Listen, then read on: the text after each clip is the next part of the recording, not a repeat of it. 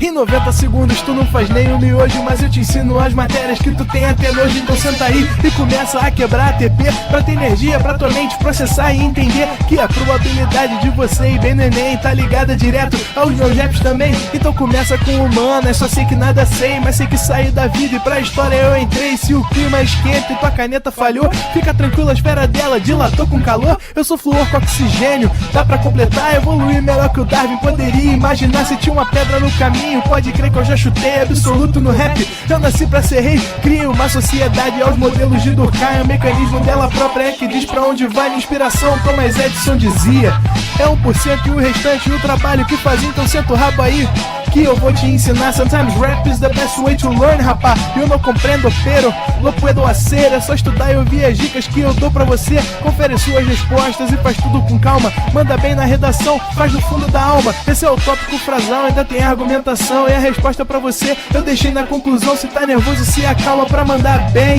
E se liga nos vídeos que eu te preparo pro Enem.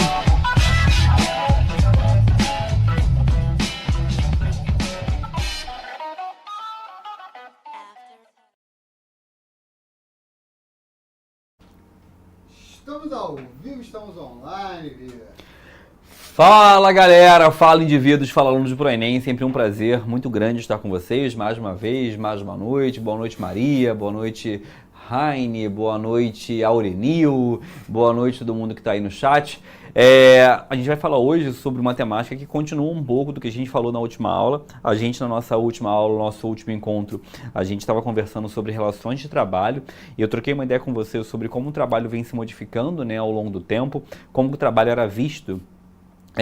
Era observado como algo problemático, era um sinônimo de tortura até em certo momento, e como que o trabalho hoje em dia ele já é visto, apesar de ser algo cansativo, exaustivo, mas algo que gera uma perspectiva de desejo, de anseio, e até uma perspectiva ligada a uma percepção valorizada acerca dele, né? O trabalho hoje em dia é sinônimo de lucro, ele é entendido no capitalismo como algo fundamental acerca da realidade humana, e é sobre isso que a gente falou no nosso último encontro. Hoje nós vamos falar de uma temática que é uma temática que com certeza você já aprendeu isso aqui em alguma aula de geografia ao longo da sua vida, que são os modelos, ou também chamados de sistemas produtivos. Você já teve essa aula de algum professor de geografia, não sei se o Leandro Almeida te deu essa aula, mas se não foi o Leandro Almeida, algum outro professor na sua carreira como estudante já te ensinou isso aí. São aqueles modelos como Taylorismo, Fordismo, Toyotismo e por aí vai.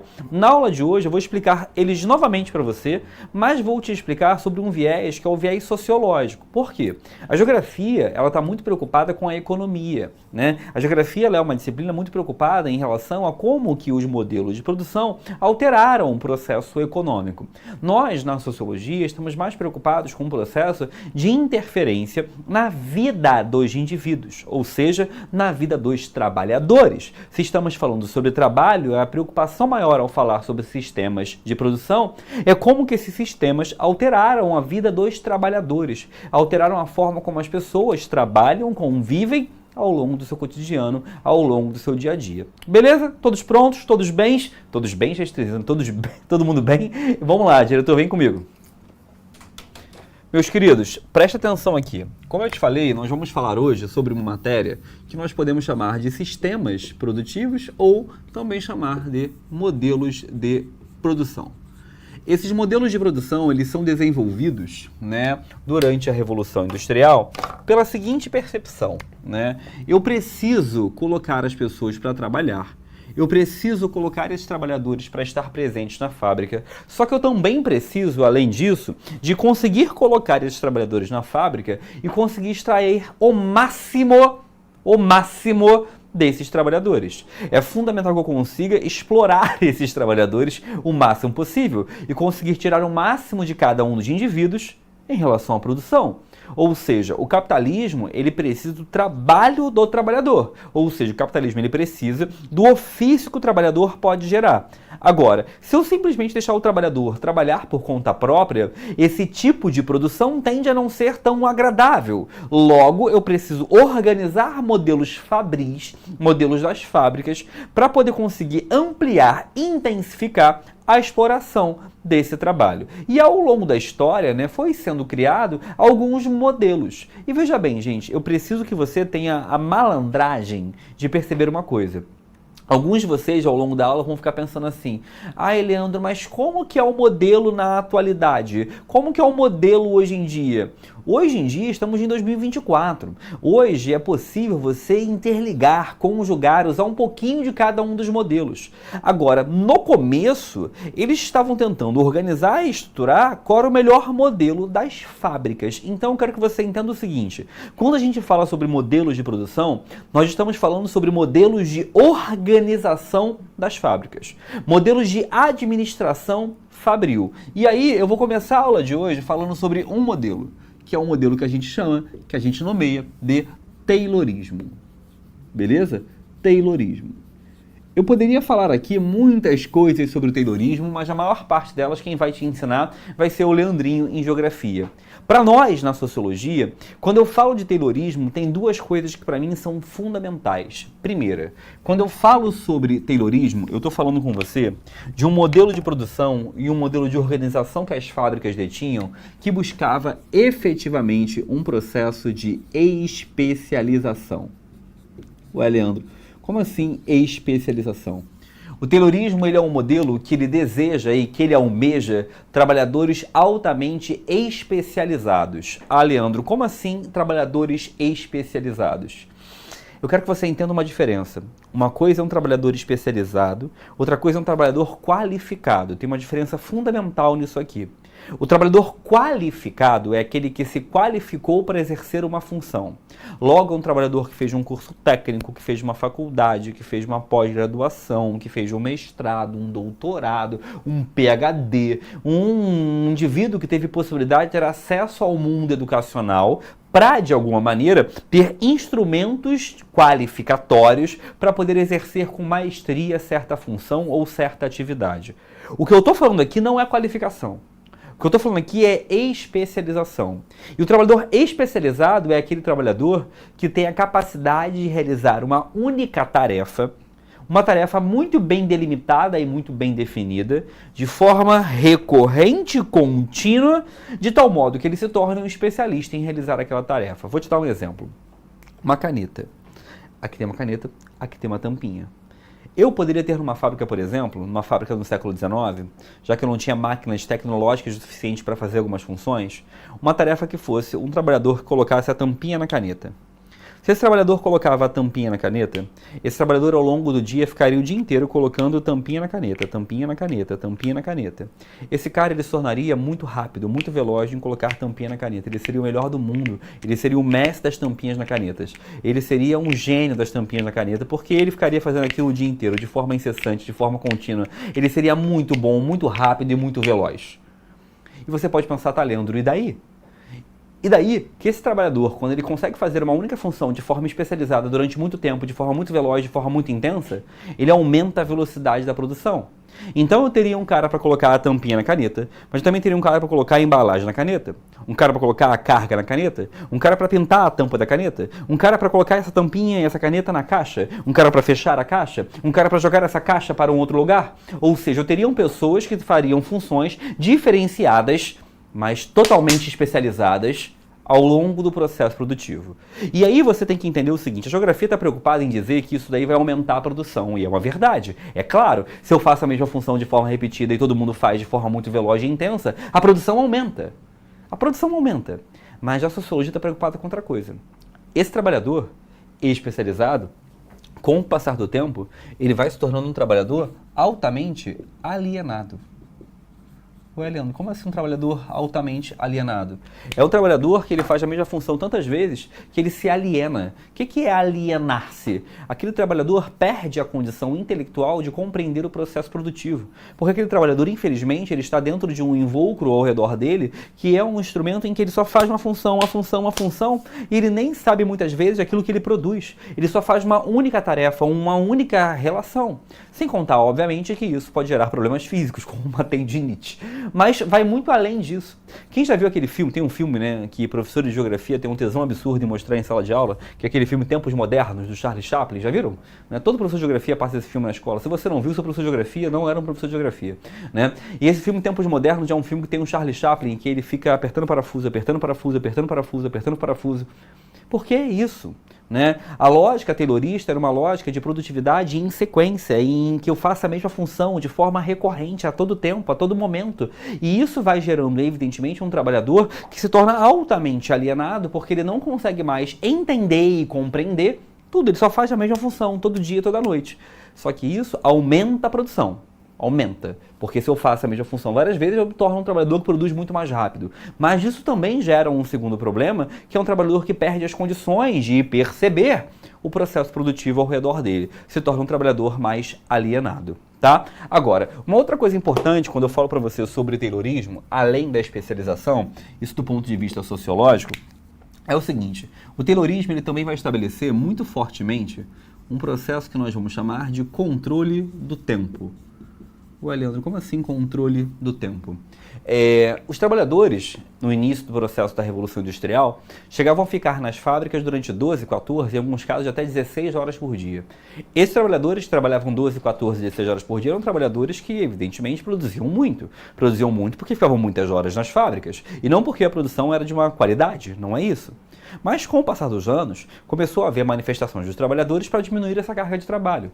E ao longo do tempo foi se diminuindo o tempo de 16 horas de trabalho. Hoje, grande parte do mundo trabalha com 8 horas, alguns países com 10 horas, alguns países até com 6 horas.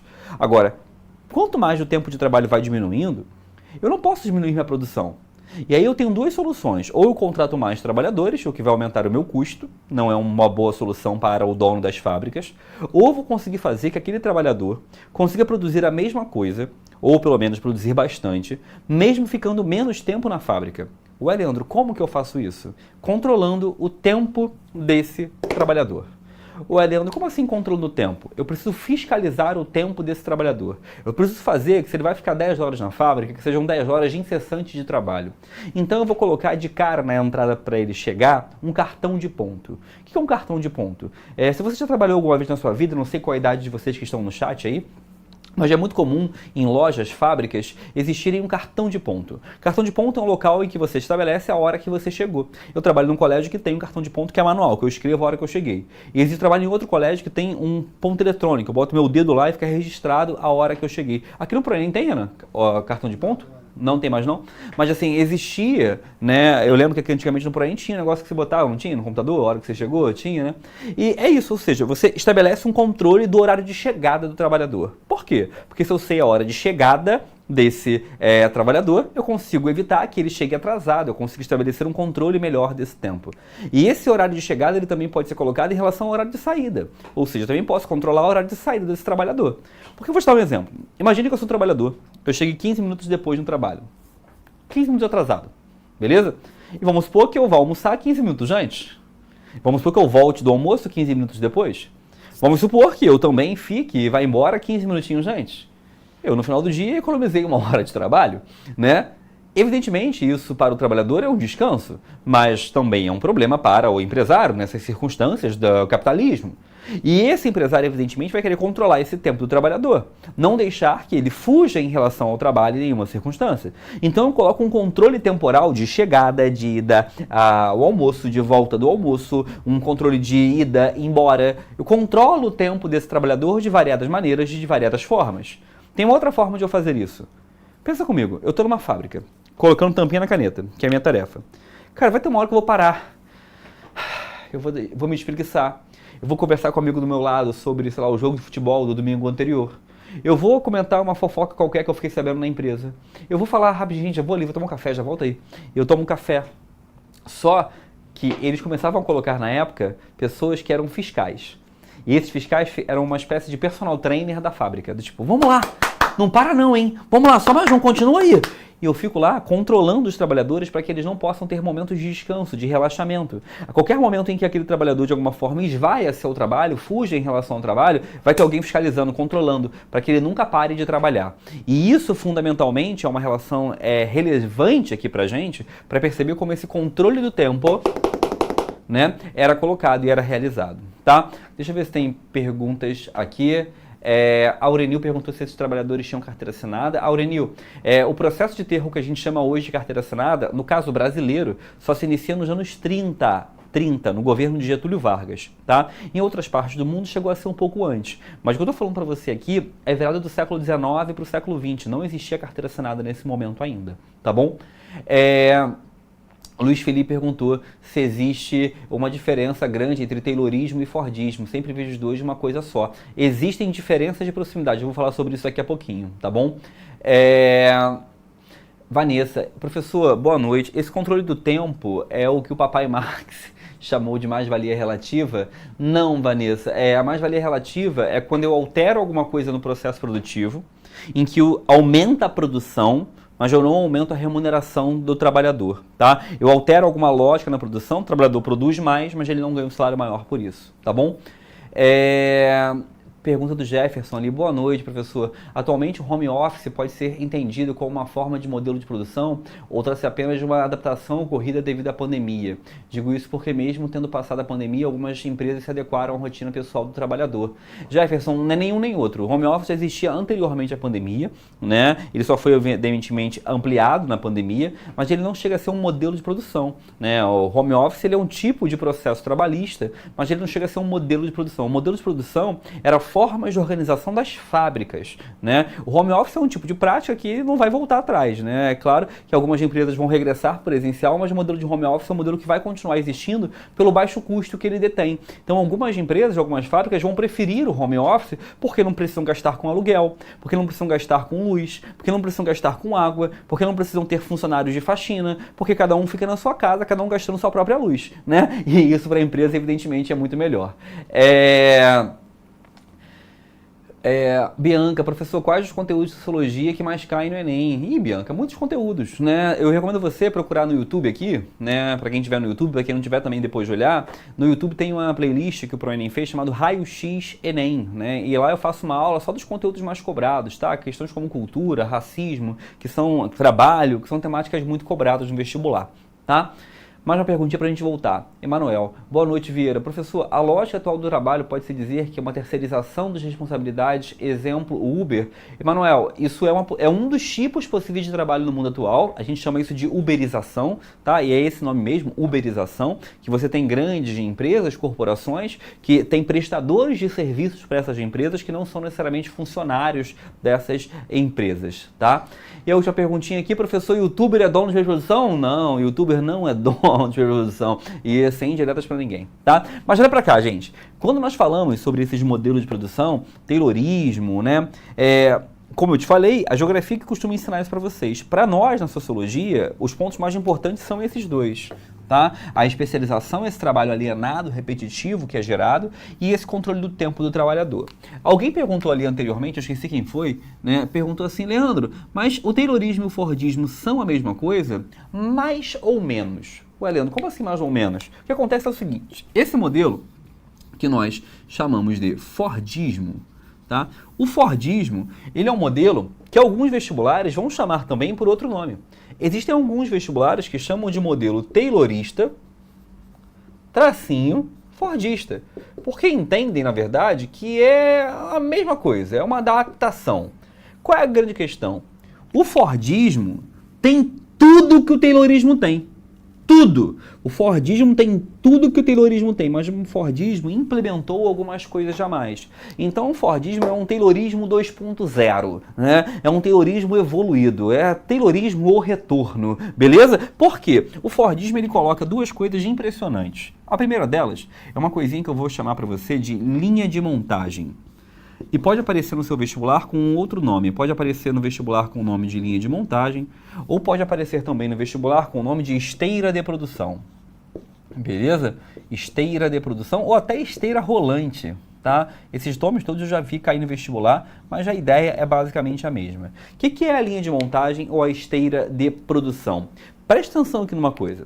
Eu te falei da fábrica, né, que tinha lá colocada o carinha colocando tampinha na caneta. Ó, o Messi das tampinhas na caneta. O cara aqui é o Tiger Woods, é o Rafael Nadal das tampinhas na caneta. É o trabalho dele, ele fica lá colocando. Só que esse cara coloca a tampinha na caneta e passa pro lado. Ele passa pro lado e do lado dele tem um cara colocando a parte de trás da caneta. E ele passa pro lado e tem um cara colocando a embalagem na caneta e vai andando. Só que tem um detalhe. Se eu, que coloco aqui a tampinha na caneta, eu parar e falar...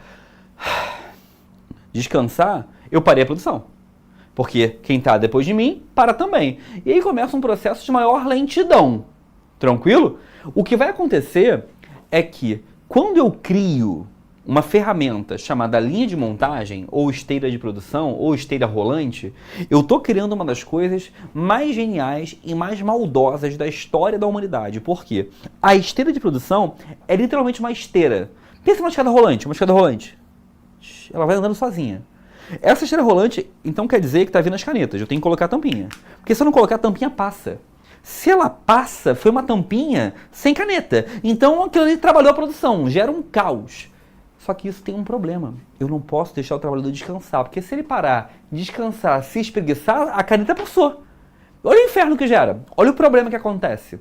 Então, a esteira de produção, a esteira rolante, ou também chamada de linha de montagem, ela é uma ferramenta que fez o trabalhador trabalhar ainda mais. Porque esse trabalhador ele foi obrigado a gerar um processo produtivo incessante, onde ele não pode parar, onde ele não pode descansar, onde ele não tem intervalo, ele não pode parar nunca. Ainda tem um detalhe. Quem controla a velocidade da esteira?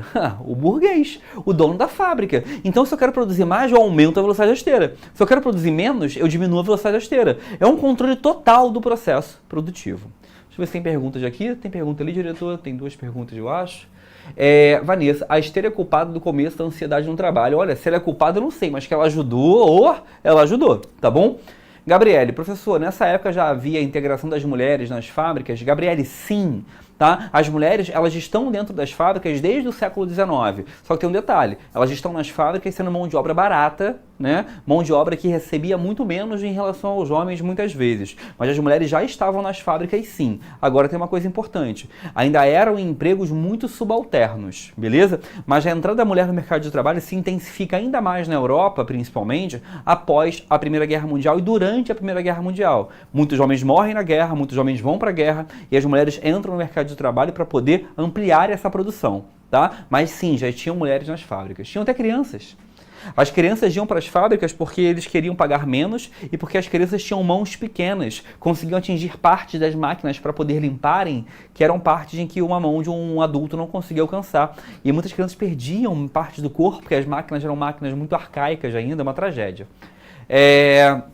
Júlia Magalhães. Gente, e o horário de almoço? Ih, que almoço, Júlia? Almoçar é para os fracos. Beleza? Esse papo aí de horário de almoço veio depois. Na época isso aí não era bem uma lei, não. As pessoas até trabalhavam, tinham um horário para se alimentar, mas não era como é hoje. Tá um processo estabelecido. Emanuel, capitalismo é uma praga. Tem mais uma pergunta ali, diretor? Eduardo, que horror essa esteira. Cara, quer ver uma coisa que a gente não se dá conta? Imagina uma escada rolante. Imagina que você tá na escada rolante, cada partezinha ali você tem que fazer uma tarefa. Você não pode parar nunca. Nunca. Se você parou, olhou pro lado, comentou que o Flamengo ontem ganhou do Galo e, filho, a esteira já andou. Né? Você não pode parar. Né? Você não pode parar nunca. Né? Se eu parar para olhar e falar que o Fluminense daqui a pouco vai perder, a esteira andou. Eu não posso parar nunca. Eu tenho que continuar trabalhando a todo tempo, a todo momento. Tá? Então isso gerava um processo exploratório muito, muito, muito intenso. Tá? Beleza, tranquilidade, alguém botou de trabalho enquanto eles almoçam. Olha só, uma outra coisa importante que o Fordismo vai colocar pra gente dentro, né, desse momento aqui, era o seguinte: o Fordismo também vai realizar um processo que é a produção, que a gente chama produção em série e em massa. Olha, como assim produção em série e em massa? Produção em série e em massa porque o Fordismo, ele queria produzir o máximo possível. O máximo possível. Era um tipo de processo produtivo que a intenção era produz, o quanto mais nós conseguirmos produzir. Vou te dar um exemplo. E além disso tudo, uma produção em série. Em série porque produzia somente o mesmo produto. O carro da Ford, e o nome Fordismo é porque uma das primeiras fábricas a implementar esse modelo foi a fábrica do Henry Ford, né, do carro Ford e etc. Eles produziam um tipo de carro, que era o Ford T preto. Ai, Leandro, mas eu quero amarelo. Pinta você, porque só produzia o Ford T preto. O Henry Ford, uma certa vez, numa entrevista, perguntaram para ele por que preto, ele falou, porque a tinta preta seca mais rápido. E ponto final. A preocupação, né, era simplesmente uma lógica em que eu preciso produzir mais. Bota a esteira, bota trabalhador especializado, produção em linha de montagem, produz produto, quanto mais melhor. Então existia aqui uma relação de produção em massa porque eles tentavam gerar grandes estoques. A gente chamava isso aqui de pronta entrega. Você ia na loja comprar o carro, sai de lá com o carro, porque ele estava pronto, na hora. Eu produzo para depois vender, né? Esse modelo fordista vai ser um modelo, né, que vai durante muito tempo ser um modelo fundamental existente dentro do processo produtivo. Ah, Eliane, existem fábricas com modelo fordista? Claro que existem, né? Mas hoje em dia é um modelo que a gente pode considerar um modelo mais defasado, principalmente porque esse modelo leva a uma crise de produção chamada crise de 29. Em breve o Otto vai dar essa aula para você, que esse modelo de produzir tanto, ter tantos estoques vai gerar uma crise econômica nos Estados Unidos na época, tá bom? Vamos lá, tem pergunta aqui. Emanuel perguntou se esse modelo fordista influenciou a quebra da bolsa. Influenciou. Gabriele falou se os coaches só estudam essa parte. Emanuel perguntou também, eu estava vendo que o Fordismo acarretou a ausência e a renovação das mercadorias, o que gerou a... É isso, Emanuel, você vai ter essa aula quando a gente for falar de crise de 29. A gente não, né? O Otto for falar de crise de 29, mas o Fordismo tem tudo a ver com a crise de 29, tá? E olha pra cá, gente. Além, né, do que a gente chama aqui de Taylorismo e Fordismo, com o passar do tempo, outros modelos vão surgir, né? E aí vai surgir um modelo que pode aparecer no seu vestibular com dois nomes. Antigamente, todo mundo chamava esse modelo por esse seguinte nome. Todo mundo chamava de Toyotismo, né? Era o nome que aparecia em todos os vestibulares. Toyotismo. Ainda tem vestibulares que chamam de Toyotismo. Mas quando caiu no Enem na última vez, já não apareceu mais com o nome Toyotismo. Apareceu com o nome de acumulação flexível.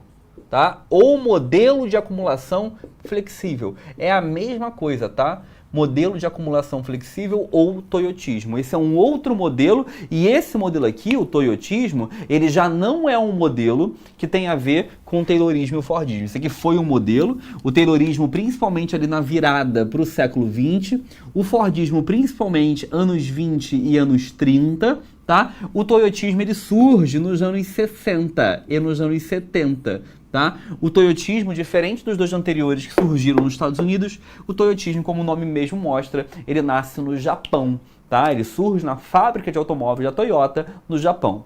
O modelo toyotista, ele é um modelo que ele vai trazer algumas outras características. Primeiro, ele tem uma flexibilidade em relação ao trabalhador.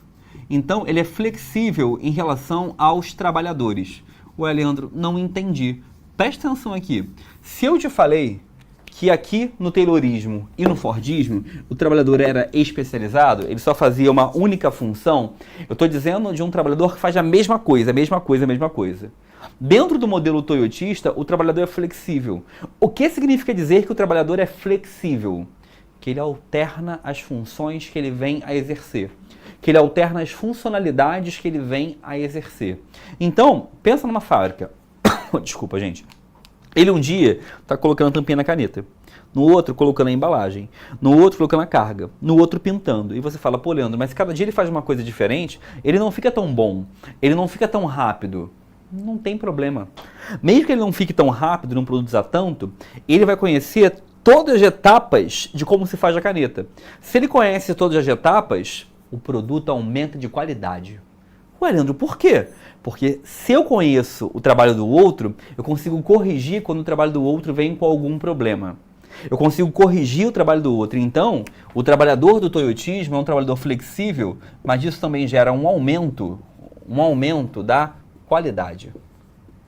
O aumento da qualidade dos produtos é algo que ocorre naquele momento, é algo que ocorre naquela circunstância. Tá? Existe um aumento da qualidade naquele momento, né? Naquela circunstância ali do toyotismo. Uma outra coisa, se eu tenho trabalhadores que estão em todas as etapas da produção, esse trabalhador, por mais que ele não seja tão veloz quanto os outros, ele entende e consegue substituir outros trabalhadores caso seja necessário. Ele tem um domínio maior sobre todo o processo. E não é outra coisa. É uma produção também flexível, porque é uma produção que a gente chama de produção just in time, né? Que você também pode aparecer no vestibular com o nome de sob demanda. Produção just in time ou produção sob demanda é a mesma coisa. É um processo produtivo em que eu entrego o produto de acordo com a vontade do cliente. Então, é flexível o trabalhador, mas também é flexível o produto. Gente, meu quarto é uma zona, tá? Me perdoa. Né? Também é flexível o produto. Ih, o produto ficou para fora aqui. Tá? Como assim é flexível o produto? Se o carro do Ford, eu te falei que só podia ser preto, se você quisesse amarelo, pintava você, né? Aqui no caso do toyotismo não funciona assim.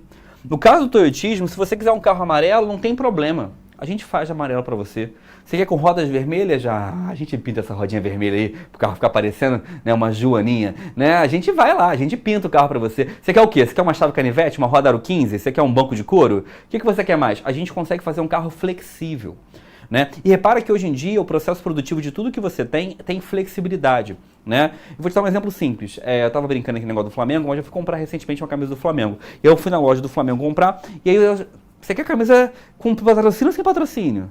Você quer camisa com número ou sem número? Você quer com seu nome ou sem seu nome? Ou seja, tem variabilidades para você poder escolher, né? Existe uma ideia de que o produto não é único, não é um produto seriado, feito em massa. Não, não, não. Eu faço sob demanda, para você, como você quiser, cliente. Beleza? Porque a ideia é um produto que eu faça menos, mas eu posso até cobrar mais caro nesse produto pelo processo de personalização que eu vou gerar, tá? Deixa eu ver se tem pergunta aqui. Alguém perguntou se é no toyotismo que acontece just in time. Sim, é no toyotismo que acontece o just in time. Jefferson perguntou quando surgiu o conceito de obsolescência programada. Então, esse conceito já existe há muito tempo, desde os anos 40 e 50 já se fala sobre isso. Tá? Para quem não conhece, o conceito de obsolescência programada é o fato de um produto, né, ele com o passar do tempo, gerar-se em nós a expectativa de um produto não servir mais. Ué, Leandro, como assim? Vou te dar um exemplo. Esse aqui é um celular, tá? É o meu celular, tranquilo? 8 horas e 2 minutos, tá vendo aqui agora, né? 8 horas e 2 minutos. E aí você pega aqui o meu celular, beleza? Tá aqui, ó, meu celular, beleza? Tá aqui, ó, os bonequinhos de Star Wars aqui no celular. Beleza, tá aqui meu celular. Esse celular aqui, acho que ele é o iPhone 12, acho que é 12, não sei se é 12, acho que é 12. Tá no iPhone o que agora já, Renan, sabe? 16? 14? iPhone 33, beleza? Tá no iPhone 33, o meu é o 12. Aí tu pega assim, tá no iPhone 12, o meu é o 12, tá no 33. Cara, o meu iPhone tá funcionando. O celular tá tudo bem com ele, tem uns 4 anos de uso, mas tá tudo bem com ele, tá funcionando, tá tudo certo.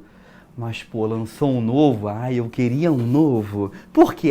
Porque eu queria. Eu sinto um desejo por um produto meio sem precisar dele. A gente chama isso de obsolescência programada, tá bom? Eu gera-se um desejo em mim, em querer, em almejar, em querer um produto, mesmo que eu já tenha algum funcionando, para gerar a sensação de desejo na pessoa, tá? Vamos lá, o pessoal falou que tá no 15, eu não sei em qual tá não, eu falei brincando, tá? Não faço a menor ideia. Vamos lá, vamos continuar. Alguém perguntou ali por que o nome do modelo é acumulação flexível. É flexível acumulação porque ela não gera estoque. Então eu vou acumular de forma flexível. Eu vou acumulando de acordo com a demanda. Se não tem demanda, eu não acumulo. Beleza? É flexível o processo de guardar e de acumular todo o processo produtivo. Mas vamos lá, vem pra cá, vem comigo aqui. Uma outra coisa importante quando eu falo do toyotismo, tá? E isso é algo essencial, é que o toyotismo ele vai ter fábricas menores. Ué, Leandro, por que fábricas menores? Porque eu não preciso mais ter fábricas tão extensas, tão grandes. Eu não tenho estoque. Eu não preciso guardar nada. Eu não vou acumular produto. Eu posso ter estoques menores, tá? Com estoques menores, eu funciono também de forma muito melhor. Pessoal, tira o print aí, quem gosta de print, tá? Que eu vou lá pro slide para falar do Volvídeo, porque tem mais espaço aqui não. Tira o print aí. 1, 2, 3, foi, printou. Chega aí. E aí a gente falou então do Taylorismo, aqui o Ford T preto, ó, é preto, hein? quiser pintar, pinta você. Beleza? Aqui eu a imagem do filme do Charlie Chaplin, que eu te falei, né? Quem nunca viu Tempos Modernos. Até botei aqui o link, tá? Tá no material aí o link do Tempos Modernos, quem quiser ver depois. Aqui, né, o Toyotinho, que a gente falou, do Just in Time, etc. Mas tem também um outro modelo, mais recente, mais moderno, chamado Volvismo. O Volvismo é um modelo dos anos 70, tá? É um modelo que surge posteriormente. Ele é um modelo que é muito custoso ter esse modelo em suas fábricas, mas ele é um modelo já existente em muitos lugares, né? E o Volvismo, ele é um modelo que cai menos nos vestibulares, mas eu coloquei aqui por desencargo de consciência. Esse modelo volvista, ele é um modelo famoso por duas coisas, são duas palavras-chave para você guardar o Volvismo. Primeiro, automação. Ué, Leandro, como assim automação? Ele é um modelo em que grande parte da produção é automatizada. Quase não tem trabalhadores nas fábricas. Olha essa fábrica. Uma fábrica enorme com pouquíssimos trabalhadores, porque as máquinas vão fazendo quase tudo de forma automática. Você tem poucos trabalhadores, esses poucos trabalhadores não são especializados, pelo contrário, são qualificados. Você vai ter grandes engenheiros aqui, nessas fábricas, só para poder manusear as máquinas de forma adequada, mas você não tem aquele massa de trabalhadores para realizar funções braçais. E uma outra coisa sobre o Volvismo, que também é bacana, é que o Volvismo também tem um alto grau de inovação. Como assim inovação? Se eles têm trabalhadores de alto nível, eles vão querer que esses trabalhadores fiquem mentalmente alertas para criar soluções, para pensar como pode melhorar esse produto, como eu posso solucionar um problema. Então o Volvismo é marcado por duas coisas, automação e inovação, tá? Eu vou inovar, mas também vou ser autônomo. Quer tirar print aí? Tu botou o quadro aqui? Tu quer tirar print? Não, a galera tinha pedido ali. Ah, tira o print. Vai, 1, 2, 3, foi. Printou. Beleza? Tranquilidade, meus queridos? Todos bem? Todos em paz? Acho que não tem mais nenhuma pergunta ali que eu não tenha respondido ainda. Show de bola. Meus queridos, a gente encerra por aqui. Daqui a pouquinho a gente tem aula de novo, né? Daqui a pouquinho tem filosofia. Até daqui a pouco. Valeu, tchau, tchau. Assista nossas aulas a hora que você quiser. Vem com o Pro, o cursinho online que mais aprova no Enem. Assine em proenem.com.br.